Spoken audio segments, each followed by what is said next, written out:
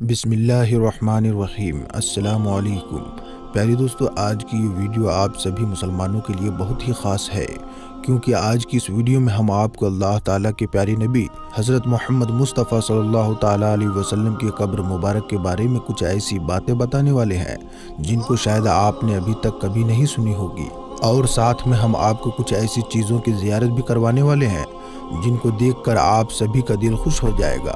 اور پیارے دوستو، ایک شخص نے پیارے نبی محمد مصطفیٰ صلی اللہ تعالیٰ علیہ وسلم کی قبر کو ایک دم نزدیک سے دیکھا ہے۔ اس شخص کا بھی واقعہ ہم آپ کو بتائیں گے، اس لیے آپ اس ویڈیو کو آخر تک ضرور دیکھیں، اور اگر آپ سچے عاشق رسول ہیں تو اس ویڈیو کو ایک لائک کر کے کمنٹ میں یا رسول اللہ ضرور لکھیں۔ تو دیکھتے ہیں کتنے عاشق رسول ویڈیو کو دیکھ رہے ہیں۔ پیارے دوستو، ایک مرتبہ اللہ کے پیارے نبی حضرت محمد مصطفیٰ صلی اللہ تعالیٰ علیہ وسلم ایک صحابی کا جنازہ پڑھا رہے تھے کہ اچانک آپ صلی اللہ تعالیٰ علیہ وسلم کے سر مبارک میں بہت تیز درد شروع ہو گیا، اور تھوڑی دیر کے بعد ہی آپ کو بہت تیز بخار بھی آ گیا۔ پھر کچھ دنوں کے بعد میں اسی بخار کی وجہ سے اللہ کے پیارے نبی حضرت محمد مصطفیٰ صلی اللہ تعالیٰ علیہ وسلم اس دنیا سے پردہ فرما گئے، یعنی کہ آپ کا وصال ہو گیا۔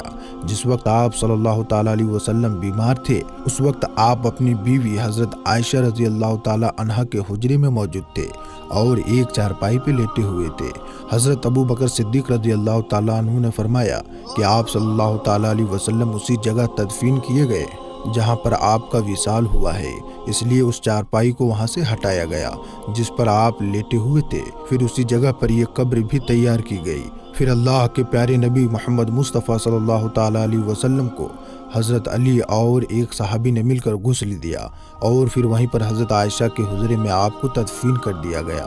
اس کے بعد حضرت ابو بکر صدیق رضی اللہ تعالیٰ عنہ کا جب آخری وقت قریب آیا اور آپ جب اس دنیا سے رخصت ہو گئے تو حضرت ابو بکر صدیق رضی اللہ تعالیٰ عنہ کو اللہ کے پیارے نبی حضرت محمد مصطفیٰ صلی اللہ تعالیٰ علیہ وسلم کے بازو میں ہی دفن کر دیا گیا۔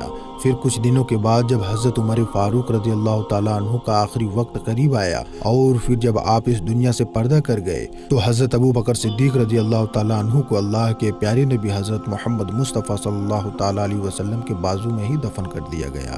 پھر کچھ دنوں کے بعد جب حضرت عمر فاروق رضی اللہ تعالیٰ عنہ کا آخری وقت قریب آیا اور پھر جب آپ بھی اس دنیا سے پردہ کر گئے تو حضرت عمر کو حضرت ابو بکر کے بازو میں دفن کر دیا گیا۔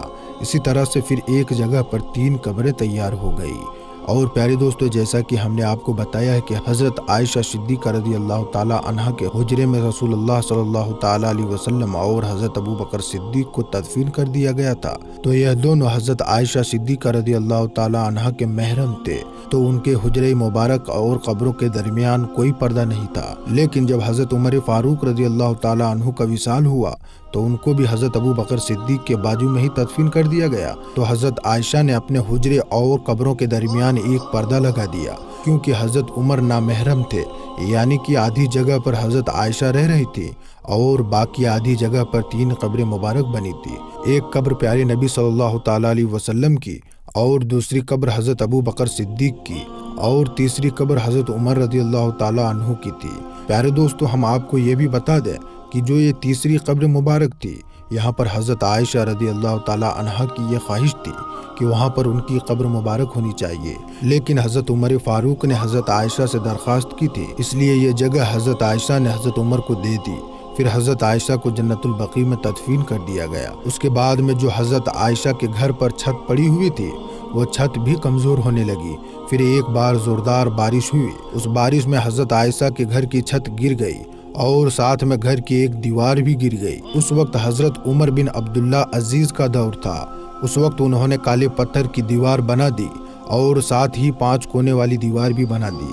اس کے 5 کونے اس لیے رکھے گئے تاکہ کوئی اس کو مقدس جگہ جان کر اس کو کوئی طواف کرنا شروع نہ کر دے۔ پیارے دوستو، گنبد خضرا دنیا کی وہ گنبد ہے جو پوری دنیا کے مسلمانوں کے دلوں میں بستی ہے۔ کوئی بھی ایسا مسلمان نہیں ہوگا جس کے دل میں گنبد خضرا کی زیارت کی خواہش نہ ہوگی۔ ہم آپ کو بتا دیں کہ گنبد خضرا کی زیارت تو ہر عام اور خاص کر ہی لیتے ہیں، لیکن گنبد کے اندر موجود قبروں کی زیارت کی تمنا نہ تو آج تک کسی خاص کی ہوئی ہے اور نہ ہی کسی عام کی ہوئی ہے۔ ہر کسی کی پہنچ صرف ان سنہری جالیوں کی ہے جو روضہ رسول صلی اللہ تعالیٰ علیہ وسلم کے ارد گرد 4 دیواری کی جالیاں ہیں۔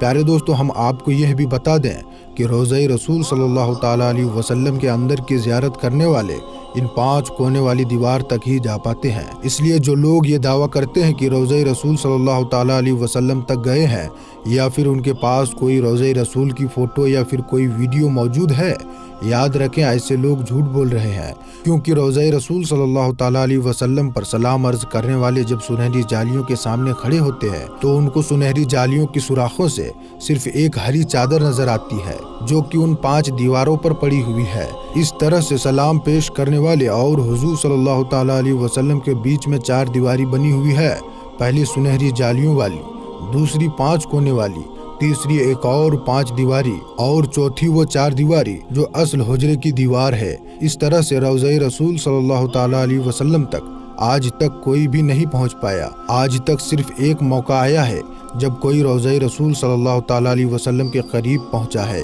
کہا جاتا ہے کہ تقریباً 8 صدیوں تک آج تک کوئی بھی شخص اللہ کے پیارے نبی حضرت محمد مصطفیٰ صلی اللہ تعالیٰ علیہ وسلم کی قبر مبارک کو نہیں دیکھ پایا تھا، لیکن بعد میں 1881 ہجری میں حجرہ مبارک کی دیوار پوشیدہ ہو جانے سے ان دیواروں کو دوبارہ مرمت کرنے کی ضرورت پڑی تھی۔ اس وقت کے نامور مؤلف اللہ نور الدین ابو الحسن مدینہ میں موجود تھے، جن کو ان دیواروں کی مرمت کرنے کی سعادت حاصل ہوئی تھی۔ وہ لکھتے ہیں کہ 14 شعبان 1881 ہجری کو 5 دیواری پوری طرح سے ڈھا دی گئی۔ اس وقت ہم نے دیکھا کہ اندرونی 4 دیواری میں کافی دراریں پڑی ہوئی تھی، اس لیے پھر ہم نے اس کو بھی ڈھا دیا۔ ہماری آنکھوں کے سامنے مقدس حجرہ مبارک تھا۔ مجھے پہلی بار اندر جانے کی سعادت ملی۔ میں اندر داخل ہوا تو خوشبو کی ایسی لپیٹ آئی جن کو میں نے پوری دنیا میں کبھی محسوس نہیں کی تھی۔ میں اندر داخل ہوتے ہی سب سے پہلے اللہ کے پیارے نبی محمد مصطفیٰ صلی اللہ تعالیٰ علیہ وسلم اور دونوں صحابہ اکرام کو ادب سے سلام پیش کیا، اور پھر میں نے دیکھا کہ مقدس حجرہ مربع شکل کا تھا۔ اس کی 4 دیواری سیاہی رنگ کی تھی، ان پتھروں کی بنی ہوئی تھی جن کو خانہ کعبہ کی دیواروں میں استعمال کیا گیا ہے۔ 4 دیواری میں کوئی کھڑکی یا دروازہ نہیں تھا۔ پھر میری نظر جا کر تینوں قبر مبارک پر ٹک گئی۔ میں نے دیکھا کہ تینوں قبر تہ زمین کے تقریباً برابر تھی۔ پھر ایک جگہ پر ذرا سا ابھار تھا، یہ شاید حضرت عمر رضی اللہ تعالیٰ عنہ کی قبر تھی۔ میں نے دیکھا کہ قبروں پر عام سی مٹی پڑی ہوئی ہے۔ اس بات کو 5 صدیاں بیت چکی تھی۔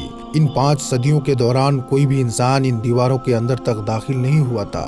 الصمودی نے اپنی کتاب میں حجرہ نبوی صلی اللہ تعالیٰ علیہ وسلم کا ذکر کرتے ہوئے تحریر کیا ہے، اس کا فرش سرخ رنگ کی ریت جیسا ہے۔ حجرہ نبوی صلی اللہ تعالیٰ علیہ وسلم کا فرش مسجد نبوی کے فرش سے تقریباً 70 سینٹی میٹر تک نیچے ہے۔